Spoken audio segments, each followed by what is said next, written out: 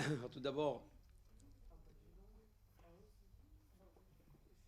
je voudrais d'abord féliciter et remercier les organisateurs de ce rassemblement, qui est bien sûr une chose pas facile pendant cette période-là, entre Rosh Hashanah et Kippour. Aujourd'hui, nous préparons les prochains Chagim, et donc, bon, Hachem, les familles sont beaucoup occupées à préparer les Chagim, mais malgré tout, on voit que cette communauté a pris la peine d'organiser ce rassemblement-là pendant ces jours tellement importants pour nous, tellement importants pour le peuple juif, les jours de Tchouva entre Rosh Hashanah et Yom Kippour. Donc c'est pour ça que je voudrais féliciter d'abord les organisateurs de ce rassemblement, le Rav Ibgi de cette communauté, le président, M. Arama, et tous les organisateurs, Pierre Atlan, Jean-Luc Chichportiche et tous les Gabaïm ici.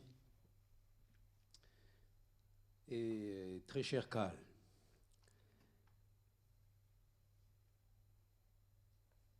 La Torah nous dit dans Parashat Nitzavim, Ki mitzvah azot, asher anochi metzavecha hayom, lo nifleti mimcha velo rechokai. Cette mitzvah-là, que je t'ordonne aujourd'hui d'accomplir, elle n'est pas séparée de toi, elle n'est pas loin. Lo bashamayim hi, elle n'est pas dans le ciel. Velo me'ever layam hi, elle n'est pas de l'autre côté de la mer. Ki karov elecha adavar me'od beficha uvilvavcha la'asoto. Cette chose-là est très proche de toi, dans ta bouche et dans ton cœur, pour l'accomplir. De quelle mitzvah s'agit-il ici? Alors le Ramban nous explique, comme nous savons tous, qu'il s'agit de la mitzvah de la teshuvah. C'est qu'ici, la Torah nous parle de la mitzvah de la teshuvah.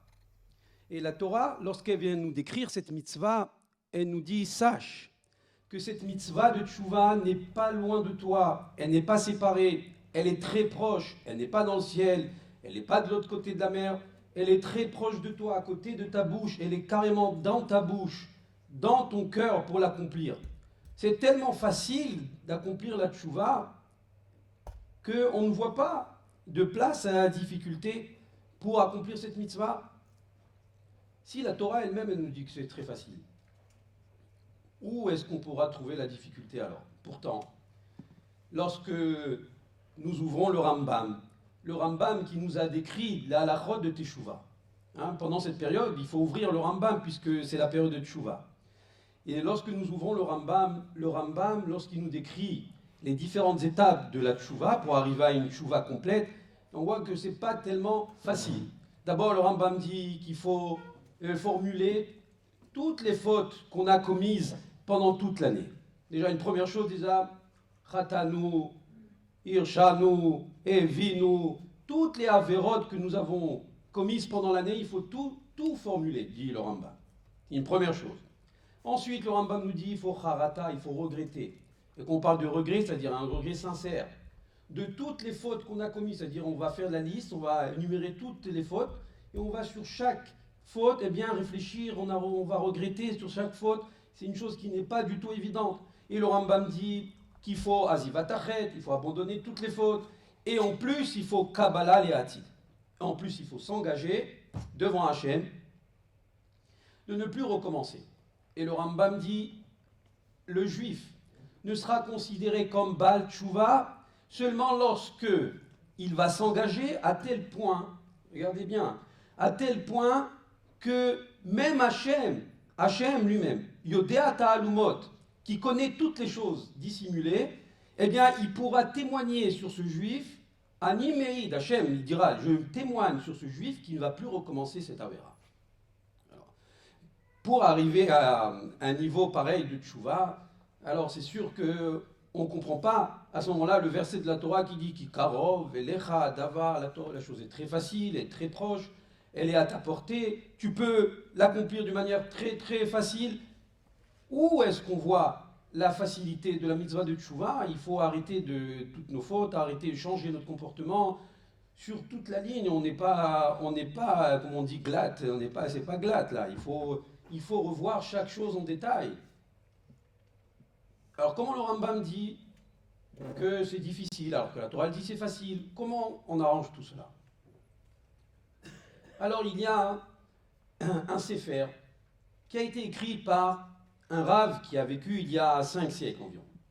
C'est le Rav Rabbeinu Yosef Mitrani. Il a écrit un responsable qui s'appelle Shut Amabit. Et ce Rav-là, qui a vécu à l'époque du Beth Yosef, il a écrit un Sefer qui s'appelle Beth Elohim. Et dans ce Sefer, il nous dit qu'il faut se rappeler de deux choses fondamentales dans la mitzvah de Tchouva.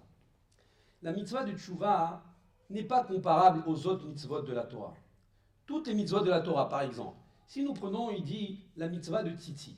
La mitzvah de Tzitzit, il faut prendre un vêtement et en faire un vêtement à 4 coins. Il faut former 4 coins dans ce vêtement et mettre les tzitzit, attacher, nouer des tzitzit aux 4 coins de ce vêtement. C'est la mitzvah de Tzitzit.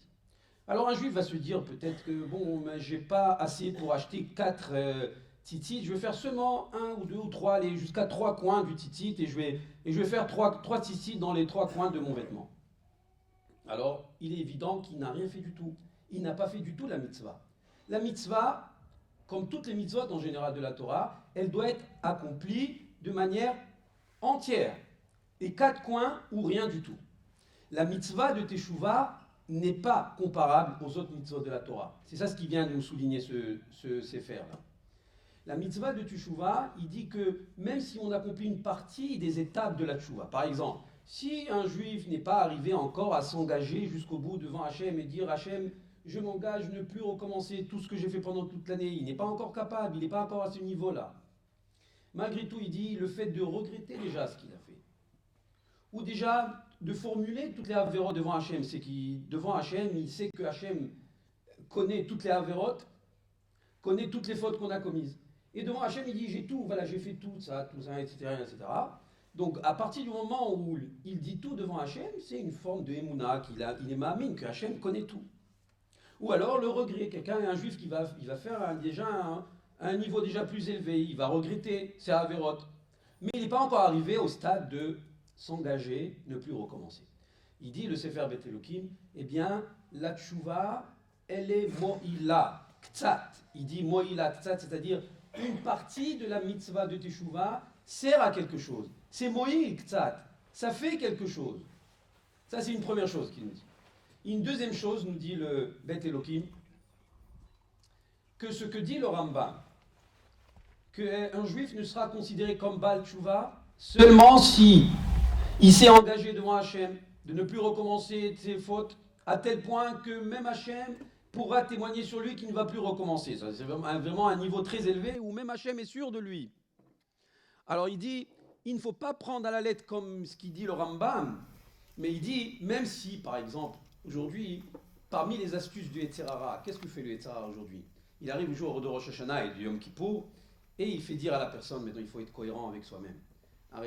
Jusque-là, pendant toutes ces années qui se sont écoulées, j'ai fait tchouva, mais j'ai recommencé, les mêmes fautes, les mêmes choses, j'ai recommencé. Et si j'avais fait une tchouva shlema, une vraie tchouva, et Hachem avait été prêt à témoigner sur moi que je n'allais pas recommencer, alors je n'aurais pas recommencé. Et si j'ai recommencé, c'est que je ne suis pas arrivé à ce niveau-là où Hachem a témoigné sur moi. Et si je ne suis pas arrivé à ce niveau-là, c'est que je n'ai pas fait une tchouva. Alors à quoi ça sert? Chaque année, je fais tchouva et je recommence, je fais tchouva, je recommence. Alors à quoi ça sert? C'est pas une tchouva. Il faut être cohérent en soi-même, il faut être émettre. Ce sont les astuces du Yetzer Hara. Il dit le Sefer Beth Elohim qu'en réalité, le Yetzer Hara, lorsqu'il voit qu'on fait teshuvah devant Hachem, on fait une teshuvah sincère, on s'engage devant Hachem de ne plus recommencer, alors en réalité le Yetzer Hara est conscient que Hachem va nous aider, il est prêt à même témoigner sur nous qu'on ne va pas recommencer. Et comme il est conscient de ça, eh bien il va utiliser une autre astuce pour nous faire trébucher dans la vie. Mais une astuce qu'on ne connaît pas encore. Jusque-là, on connaît toutes les astuces du Yetzer Hara, puisque on a compris comment il nous a fait fauter. À partir de maintenant, eh bien, on est sûr de ne plus recommencer. Le Yetzer Hara a très bien compris cela. Alors, il va utiliser une autre ruse, un autre moyen, d'autres armes qu'on ne connaît pas encore. Et il va à nouveau nous faire fauter. Alors ça ne veut pas dire qu'on n'a pas fait Teshuvah. On a fait Teshuvah parce que s'il avait utilisé les mêmes moyens, s'il avait gardé les mêmes armes, on n'aurait pas fauté. Il a utilisé d'autres moyens, d'autres armes. Il a amplifié l'intensité de ses forces pour nous faire trébucher à nouveau. Ça n'a rien à voir avec l'année dernière. L'année dernière, on a fait Teshuvah. Comme ça, le Sefer Bet Elohim vient nous expliquer. Là, c'est deux choses fondamentales qu'il faut bien comprendre. Encore une chose, pour arriver à ce que je veux vous développer, Bezat Hashem. Le Mirtav Me'Eliyahu, Rav Zecher Tzadik Livracha, nous explique la chose suivante. À partir du moment où on voit que la tchouva en réalité est même une partie de la tchouva, même le fait de regretter, même si on n'est pas arrivé encore au niveau de s'engager jusqu'au bout, le fait de regretter, alors c'est Moïl Ktsat. Le Mirtav Me'Eliyahu demande mais comment ça se traduit? Le fait que ça quand même a réussi à expier une partie des fautes, comment ça se traduit concrètement? Le Rav Dessler explique que le jour de Yom Kippour, alors il n'y a pas de Yetzer Hara. Comme c'est écrit que le Yetzer Hara, c'est le Satan. Ha-Satan. Le Satan, Gematria, valeur numérique, 364. Il y a 365 jours dans l'année. Pendant 364 jours, le Yetzer Hara a le pouvoir de nous faire fauter. Un jour dans l'année, il n'est plus là, il n'existe pas, comme s'il n'existe pas. C'est le jour du Yom Kippour. Il n'y a pas de Yetzer Hara. Alors le Rav Dessler demande comment il n'existe pas le Yetzer Hara le jour du Yom Kippour, pourtant on sait qu'il est là. Il explique que Hachem, le jour du Yom Kippour, eh bien, il endort le Yetzer Hara. Il le fait plonger dans un sommeil profond et il n'est pas là. Il dort le jour du Yom Kippour.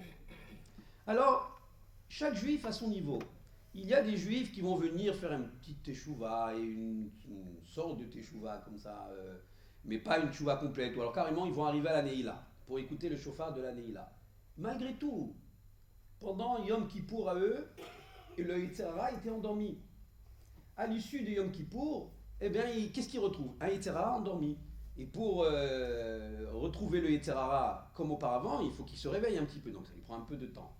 Ce sont des juifs qui vont ressentir à l'issue de Yom Kippour une certaine kapara, une certaine purification de leur neshama. Ils vont ressentir quelque chose. La preuve, c'est qu'ils viennent écouter le shofar à l'issue de Yom Kippour. Ils ressentent quand même quelque chose. Parce que les Yetzer Hara étaient endormis ce jour-là. Il y a d'autres juifs qui vont aller un peu plus loin. Ils vont carrément faire le vidouille pendant tout Yom Kippour. Comme le Rambam dit, Kol Amar Be les Hitvadot, tout celui qui fait beaucoup de vidouilles, il formule énormément les averot, les fautes qu'il a commises pendant l'année. Une fois la veille de Yom Kippour, après le soir on recommence, le vidouille, Ratano, etc. Et le lendemain matin, pendant toute la journée, nous recommençons dans le vidouille. Kol Amar Be les Hitvadot, Areze Mishubar. Celui qui a fait ça pendant le jour de Yom Kippour, même si en réalité il n'a rien regretté. Il est venu parce qu'on l'a habitué, il s'est habitué à respecter Yom Kippour comme la halacha, il a jeûné, il a fait vidouille devant Hachem.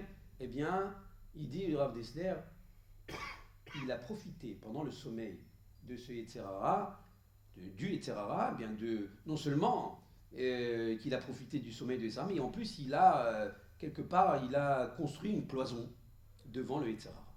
Et cette cloison-là, eh bien, va empêcher le Yetzer Hara de le faire fauter les jours qui suivent Yom Kippour. Les jours qui sont Yom Kippour, un juif il a du mal à faire encore des fautes, les mêmes fautes qu'il a commises pendant toute l'année. Pourquoi? Parce que le Yetzer Hara, il a été affaibli. Il a mis une cloison devant le Yetzer Hara. Le Yetzer Hara ne peut pas le faire fauter aussi facilement et aussi rapidement qu'avant. Et il y a d'autres juifs qui font encore plus que ça. Ils avancent dans la mitzvah de Tchouva. Quoi? Harata. Harata, il regrette, sincèrement. Tout ce qu'on a fait, je regrette. Il a pleuré sincèrement devant Hachem, je regrette. Même s'il n'est pas capable encore de s'engager, de ne plus recommencer. Mais il regrette. Il est amer à l'intérieur parce qu'il ne comprend pas comment il est arrivé jusqu'au bout de ses pensées pour aller commettre une avéra. Ce juif-là, il a encore fait plus. Non seulement il a construit la cloison, mais il a en plus construit, il a fabriqué, avec une serrure, il a fermé devant le Yetzer Hara cette porte-là, et le Yetzer Hara a encore plus de mal à le faire fauter après Yom Kippour. Et puis il y a cette catégorie de juifs dans le peuple qui, eh bien, ils font plus encore, ils s'engagent. Ils s'engagent devant Hachem, ils abandonnent la Avera. Ils s'engagent devant Hachem. Alors là, le Rav d'Esther, il dit là, carrément, ils ont anesthésié le Yetzer Hara toute l'année presque. Plusieurs mois de l'année, le Yetzer Hara ne pourra pas attaquer ce juif-là parce qu'il a neutralisé le Yetzer Hara de manière importante. C'est ça le Yetzod de Yom Kippour. Le Yetzod de Yom Kippour, le Yetzer Hara est endormi, il sommeille. Ça dépend à quel niveau nous l'avons neutralisé. Eh bien, chacun à son niveau, comment il est capable de faire la tchouva, comment il va neutraliser ce Yetzer Hara. Ça, c'est le Yesod de la tchouva en réalité. La tchouva est très proche de nous. C'est vrai que le Rambam décrit la mitzvah de tchouva dans toutes ses étapes, jusqu'à l'étape ultime, c'est-à-dire Kabbalah Leati, jusqu'à que Akadosh Baruch Hu témoigne sur lui, etc. Mais en réalité, une partie de la mitzvah de tchouva, eh bien, ça sert à quelque chose. Ça sert à purifier la personne à tel point que le Yetzer Hara ne pourra plus le faire fauter aussi facilement qu'auparavant. Ça, c'est la base de Yom Kippour et la base de la mitzvah de tchouva. C'est une chose très importante à connaître, Moraï Verabotai, parce que les gens pensent que la mitzvah de tchouva, c'est une chose très difficile. C'est vrai, arriver à la fin de la mitzvah de tchouva. Pour quelle raison les juifs ne font pas tchouva aussi facilement?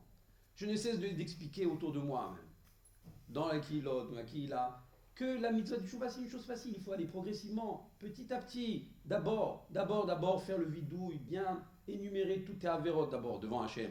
Et après, tu regrettes sur une certaine partie, même si tu n'as pas été capable de regretter sur tout, mais au moins sur une partie.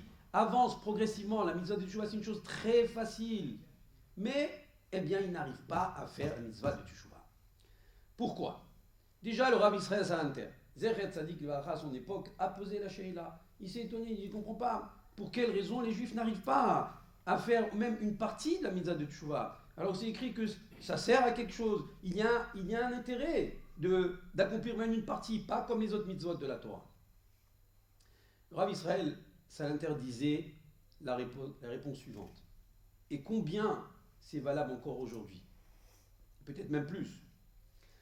Il disait comme ça, à notre époque, les gens veulent les choses parfaites et de manière immédiate. Ils ne se contentent pas d'avoir des choses à moitié. Ils ne veulent pas faire des choses comme ça, des petites choses à moitié, faire semblant de faire les choses. Ils veulent les choses à la perfection. Quand on demande quelque chose, alors ils veulent que ce soit parfait. Et vite. Ils n'ont pas la patience d'attendre. Et vous voyez les gens, aujourd'hui par exemple, vous voyez tout simplement les gens qui rentrent dans un restaurant. Vous voyez sa table, ils attendent, et puis on ne les sert pas. Ils appellent le serveur, mais comment ça se fait que vous avez servi la table d'à côté, là, à côté de moi, ils ont été servis, moi je suis venu avant, ça fait 20 minutes que je suis là, et vous avez servi à côté.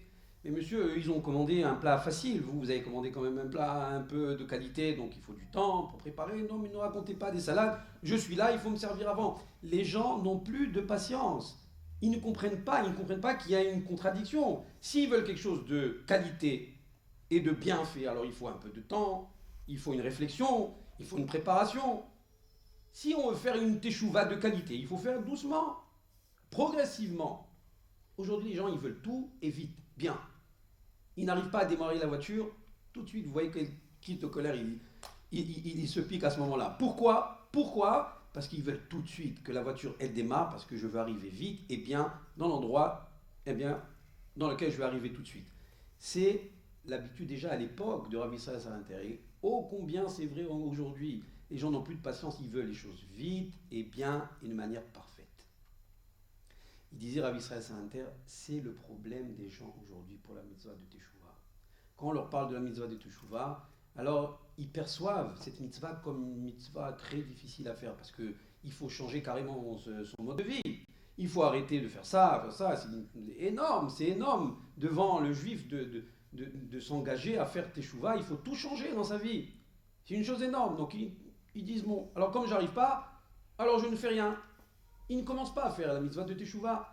Les gens sont habitués aujourd'hui ou tout bien ou rien. On leur dit une partie, doucement, tu vas progressivement construire ta mitzvah de Teshuvah. C'est pourquoi que nous trouvons aujourd'hui des juifs qui, pendant toute l'année, on ne voit pas qu'ils sont tellement mahmirim, ils ne sont pas tellement méticuleux dans le mitzvot. il se comporte d'une manière un peu, on va dire, facile dans la Torah. Et arrivé le jour de Rosh Hashanah, vous les voyez, mamash, ils sont très mahmirim, encore plus pointilleux dans les mitzvot, alors que toute l'année, non. Toute l'année, ils ont du mal à se lever. Des fois, à Tfila, dimanche matin, ils ont du mal à se lever. Souvent, ils ratent la mitzvah de Kriyat Shema. Souvent. Et pourtant, le jour de Rosh Hashanah, on voit il y a des gens, Gaber Kari, ils se lèvent comme des lions pour faire la Tfila. Ils vont au net. Des gens qui n'ont jamais l'habitude de faire le net. Ils se lèvent au net. Ils voyagent très loin, des milliers de kilomètres, eh bien, pour aller faire mitzvah au net. N'importe où. Pourquoi? Eh bien, parce que ils pensent que la mitzvah de Teshuvah, c'est comme une autre chose qu'il faut faire de manière excellente, parfaite et vite. Alors lorsque le jour de Rosh Hashanah arrive, eh bien ils veulent se rapprocher d'Hachem. Ils veulent faire une mitzvah shlema, une teshuvah shlema. Alors ils font tout à la perfection, ils vont être extrémistes dans leur comportement le jour de Rosh Hashanah, à tel point on ne peut pas leur parler. Le jour du Kippour, vous voyez, les gens, on ne peut pas leur parler. Ta'ani Dibour. On ne peut pas leur parler, ils ont été très mahmérim. Pourquoi? Parce qu'ils pensent que la mitzvah de Teshuvah doit être parfaite. Elle doit être accomplie d'une manière complète. Et c'est pour ça qu'on trouve ça. Après Rosh Hashanah Yom Kippour, vous voyez, tout ça s'écroule. Il n'y a plus rien du tout. Il n'y a plus rien. Ils se sont rendus compte qu'en réalité, après une analyse un peu profonde de leur comportement, on peut voir que c'est pas... ça provient pas de Hirat Shamayim, leur élan vers la Avoda, vers le service d'Hachem. Le jour de Rosh Hashanah, ça ne vient pas d'une volonté d'accomplir avec précision la halakha, et c'est la raison pour laquelle ils se sont levés très tôt le matin pour faire honnête. Ça ne provient pas de ça. Ça provient d'un trait de caractère naturel chez la personne qui consiste à lui faire penser que, eh bien, il faut la chose parfaite tout de suite. Alors, dès qu'arrive Rosh Hashanah, il veut être Mekayem, il veut accomplir la mitzvah de Teshuvah de manière parfaite. Mais c'est pas comme ça, moi, la mitzvah de Teshuvah, c'est un projet. Ça peut être un projet sur toute la vie. Alvaï, pourvu qu'on accomplisse la mitzvah de Teshuvah comme le Rambam nous écrit dans les halachot pendant toute une vie, qu'à la fin on arrive à être Baal Teshuvah avec une Teshuvah Shlema et que on s'engage devant Hachem de ne plus commettre des avérotes. Alvaï qu'on arrive à ça. C'est un projet, c'est tout un processus, la mitzvah de Teshuvah. On ne peut pas accomplir comme ça, tu vois, en claquant des doigts comme ça très facilement. C'est pas ça la mitzvah de Teshuvah. Et je ne sais expliquer aux gens que la mitzvah de Teshuvah s'accomplit progressivement. Donc première étape, eh bien le prochain Yom Kippour, on va faire le vidouille de manière sincère. On sait qu'on ne pourra pas s'engager peut-être devant Hachem d'une manière excellente et parfaite jusqu'à que Hachem va témoigner sur nous, etc., comme nous avons expliqué. On va s'engager un petit peu devant Hachem, mais au moins on va essayer de regretter tous nos actes. Au moins on va essayer de faire cette première étape. Progressivement, même si j'arrive pas à regretter sincèrement sur tous les actes que j'ai fait pendant l'année, je vais regretter sur une partie des actes. Une partie, 2, 3, 4, cette année encore, et encore l'année prochaine, petit à petit, léat, petit à petit, étape par étape, pour arriver, Bezat Hachem, à se rapprocher de ce que le Rambam nous décrit comme étant la mitzvah du Teshuvah de manière parfaite. Ça, c'est une chose très importante à connaître avant les Yamim Noraim, surtout Yom Kippour. Rabbi Israël Salanter, Zecher Tzadik Livracha, il continue dans son analyse. Il nous explique la chose suivante, que non seulement la mitzvah de Teshuvah doit se faire progressivement, mais même si elle ne s'opère pas dans des actes concrets. Il dit même si je ne fais pas une teshuvah de manière concrète sur des actes, mais qu'au fond de moi, je sens une modification dans les sentiments. Par exemple, il dit pendant Yom Kippour, je fais un effort parce que je me sens proche d'Hachem, je fais un effort que à partir d'aujourd'hui, eh bien, je vais développer chez moi la Ahavat Israël. Je vais plus... Je connais mon ami, j'ai eu des différends avec lui, il y a eu des moments difficiles. Eh bien, à partir d'aujourd'hui, je vais faire un effort de le regarder positivement. Ça, c'est dans le regesh intérieur. Il disait Rabbi Israël Salanter, c'est Tzadik Livracha, que à partir du moment où un juif a ressenti ça au fond de lui, ce changement dans le regesh, dans le sentiment, et il a tout gagné. Encore plus que 40 jours de slichot. On peut pendant 40 jours venir et crier pendant les slichot, si ces slichot-là ne nous ont pas amené à ressentir un changement intérieur, alors ça ne vaut pas ce changement intérieur qu'un juif a ressenti, eh bien, en l'espace de 2 jours. Yom Kippour, il a ressenti ce changement-là intérieur, eh bien, il a tout gagné dans la mitzvah de Teshuvah. C'est-à-dire qu'il est monté dans le train, il a commencé à faire un effort de se changer intérieurement. Ce changement-là, cette modification-là qu'il a fait à l'intérieur de lui, c'est essentiellement la mitzvah de Teshuvah. Alors, on peut tous améliorer ça, comme nous le savons tous. Il y a certaines personnes qui peuvent penser que sur certaines choses, bon, c'est bon, mais de toute manière, je suis Shomer Shabbat depuis des années, ça va très bien. Mais ça va pas. En réalité, si on regarde un peu plus en détail, Shabbat, c'est pas parfait. La Shonara, c'est parfait. C'est pas parfait. Hein? C'est pas parfait, la Shonara non plus. Pas du tout. Hein, ce qu'on entend, c'est parfait. C'est pas parfait du tout. Ça va pas. Ce qu'on regarde, ce qu'on mange, c'est pas parfait. Tout ça n'est pas parfait. Alors, il faut tout améliorer. Une fois, il y a un juif qui est venu étudier dans la yeshiva de Or Sameach. La yeshiva de Or Sameach, c'est une yeshiva de Baalei Teshuvah. Les gens de Baalei Teshuvah, les gens qui ont fait Teshuvah, qui viennent étudier dans cette yeshiva pour se renforcer ensemble. Un juif, un Haridi, qui est venu étudier parce qu'il habitait à côté de la yeshiva, mais pas parce qu'il était Baalei Teshuvah. Alors il est venu s'asseoir lorsque le Rav de la yeshiva est arrivé. Alors il s'est levé pour lui dire Shalom Aleichem. Il lui dit, écoutez Rav, moi je ne suis pas Baalei Teshuvah, moi j'habite à côté ici. Mais en réalité, je ne suis pas Baal Teshuvah, ne me prenez pas pour un Baal Teshuvah. Juste, je viens étudier au Beth Midrash de cette yeshiva, c'est tout. Alors le Rav lui répond, lui dit, peut-être qu'il est temps que tu sois Baal Teshuvah. Et Baal Teshuvah, c'est pas celui qui a été Mechalel Shabbat et qui maintenant il va décider de Shomer Shabbat, c'est pas ça Baal Teshuvah. Baal Teshuvah, c'est de revoir tout ce qu'on fait pendant l'année, revoir notre niveau de Shabbat, voir les mélachot, est-ce qu'on fait comme il faut les mélachot de Shabbat, est-ce qu'on respecte pour ne pas commettre le moindre issour, le moindre interdit de Shabbat, la shonara, faire attention à ce qu'on dit, revoir un petit peu ce qu'on parle pendant toute l'année. Ça, c'est une mitzvah de Teshuvah. Essayer de s'améliorer dans les différents domaines de la vie. Ça, c'est une mitzvah de Teshuvah. Alors, il y a des gens, comme on a dit, qui vont aller chercher des mitzvahs de Teshuvah de manière extrême comme ça, parce qu'ils pensent que la Teshuvah, c'est quelque chose de grandiose. Il fait quelque chose de parfait, et très vite, en peu de temps, ils veulent faire une Teshuvah. Alors il y a d'autres personnes aussi qui vont carrément aller demander à certaines personnes qui vont leur expliquer des Teshuvah de manière mystique, un peu comme ça, pour qu'ils arrivent peut-être à trouver une Teshuvah, une amélioration dans leur comportement.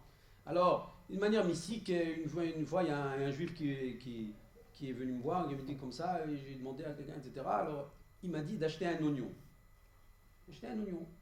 Alors, il est parti au marché, il a choisi un bel oignon, comme le troc, carrément, il a un bel oignon comme ça, sans défaut, comme ça. Après, il m'a dit, il a acheté, il est venu, il a posé ça sur la table buffet de son salon, comme ça, il a posé. L'oignon, j'ai acheté un oignon. Après quelques jours, il est venu me voir, il me dit, qu'est-ce que je fais avec cet oignon? Je le cuis, je le fris, qu'est-ce que je fais avec cet oignon? Alors, je ne savais pas quoi lui dire en réalité. Et si je lui disais, mais c'est pas ça du tout la tchouva, qu'est-ce que tu es en train de faire? Et d'un autre côté, je ne voulais pas le briser, il est dans un élan de tchouva, alors c'est très difficile d'expliquer. Mais encore une fois, ce sont des gens qui pensent que la mitzvah de tchouva, c'est une chose qui est très loin, très très loin, Bashamaim. Mais vers la Yam, la Torah elle dit Lo Bashamaimi, elle n'est pas de l'autre côté. La Tchouva, c'est pas quelque chose de mystique comme ça. C'est très proche de toi. Il faut aller progressivement et ça sera très facile.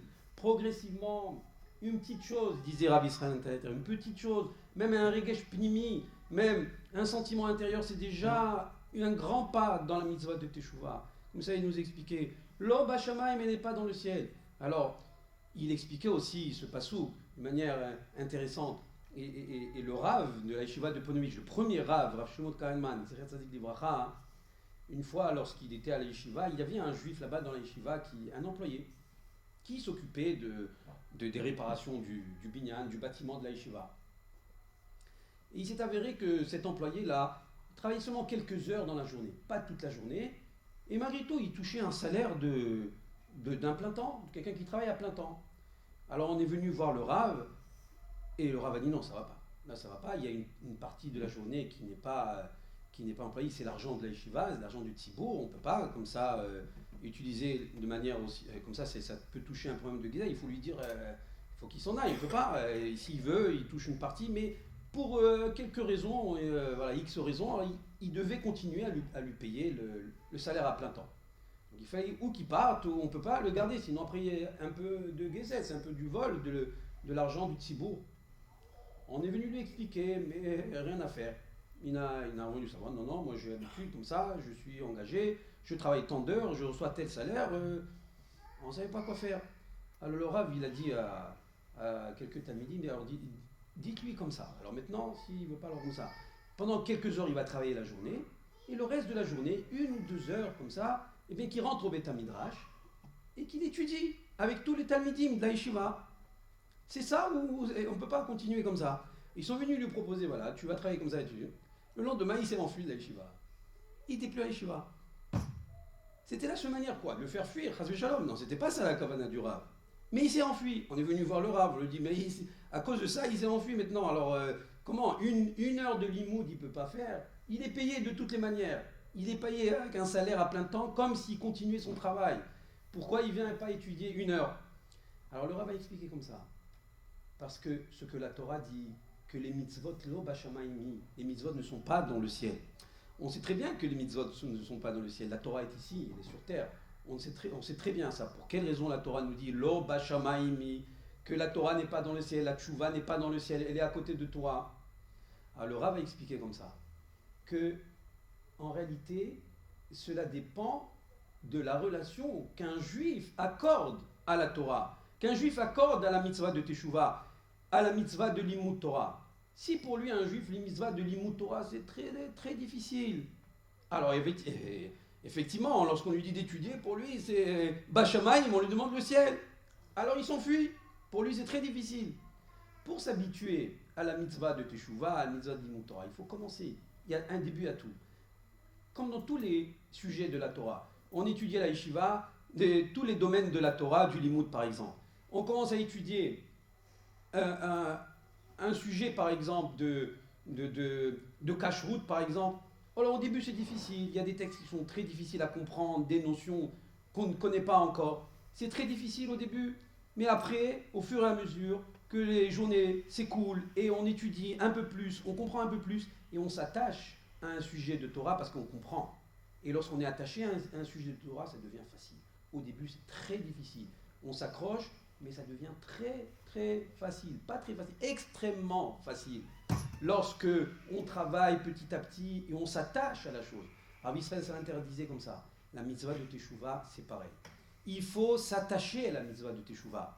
Ne pas penser que la mitzvah de Teshuvah, c'est une mitzvah grandiose et très difficile à faire. C'est facile à accomplir. Il faut commencer, il faut juste faire le premier pas. Au début, une partie. Et lorsqu'on va goûter au résultat de cette mitzvah de Teshuvah, alors on va prendre goût à continuer dans ce derrière-là. Mais petit à petit, disait Rabbi Israël Salanter, ne pas brûler les étapes. La grande erreur, c'est de penser que tout de suite, on doit se tenir sur le sommet de l'échelle, tout de suite faire une Teshuvah parfaite. Ça, c'est la grande erreur. Petit à petit, chacun à son niveau, mais faire un petit pas. Même si on ne fait pas tout le vidouille, sincère, on le fait une partie, et l'année prochaine, on va compléter. C'est un projet de toute une vie. On ne peut pas prétendre de faire une mitzvah Teshuvah aussi facilement.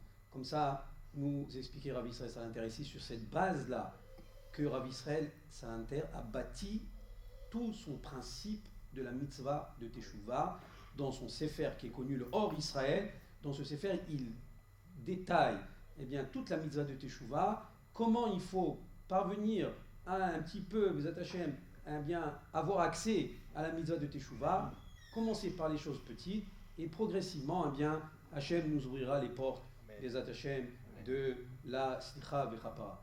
Alors, Bezat Hachem, je ne veux pas beaucoup plus m'allonger. Déjà, l'idée est forte, je pense. Il y a lieu de méditer sur ça parce que la mitzvah de Teshuvah, comme on a dit, qui karov elecha adavar me'od beficha ou vivavcha la sotem. Maintenant, on peut comprendre comment la chose est facile, même si le Rambam nous a écrit tous ces détails de la mitzvah de Teshuvah, mais ô combien la mitzvah de Teshuvah est facile à accomplir, ô combien Hachem il attend de nous pendant cette période-là, de Aseret Yemei Teshuvah.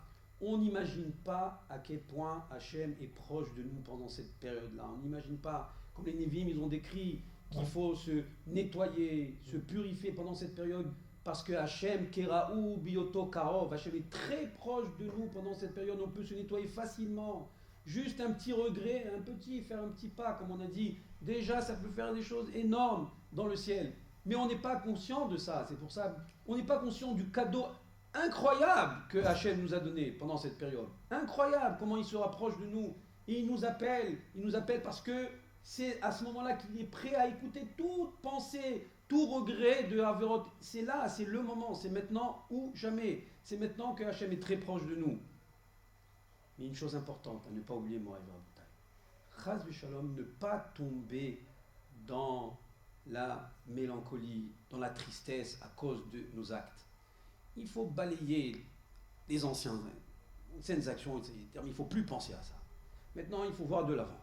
Chaz v'shalom, encore de penser à tout ce qu'on a fait auparavant dans le passé, comme ça, et ça brise la personne. Une des astuces de etc., eh bien, de faire plonger la personne dans la tristesse, dans le yéhouch. C'est ça une des arbres du etc. Et quand la personne est démoralisée, chaz v'chalila, elle ne peut plus avancer. Elle est bloquée. Elle est bloquée complètement. Il faut être toujours besimcha, toujours garder la simcha, même si c'est une période où on fait tchouva et on se rappelle de ce qu'on a fait, etc. Mais il y a encore la mitzvah de tachat, asher lo avata et Hashem elokecha, besimcha. Il faut toujours garder la simcha dans la Torah, toujours la simcha dans les mitzvot.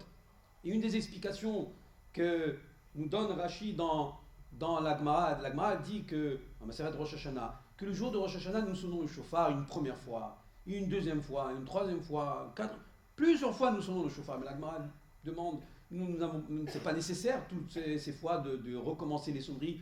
En sonnant 30 kolot, c'est suffisant. On a accompli la mitzvah des sonneries du shofar. Pour quelle raison comme ça sonner encore plusieurs fois? Et la Gemara dit Kedé la verve et Satan. Pour perturber le Yetzer Hara. Comment on perturbe le Yetzer Hara? Il y a l'électrification de Tosfot. Tosfot nous explique que le Yetzer Hara sait que le jour de la Géoula, le Mashiach va arriver, eh bien, Itaka, Beshofar Gadol, il y aura une grande sonnerie du shofar ce jour-là. Et alors même si nous, peut-être, si on n'a pas la Emouna Shlema, on a une Emouna, mais le Yetzer Hara, lui, il a Emouna Shlema dans ça. Il est ma'amine à 100% que lorsqu'il va écouter le son du shofar, du Biat HaMashiach, alors pour lui, ça sera sa perte. Pour lui, c'est terminé pour lui.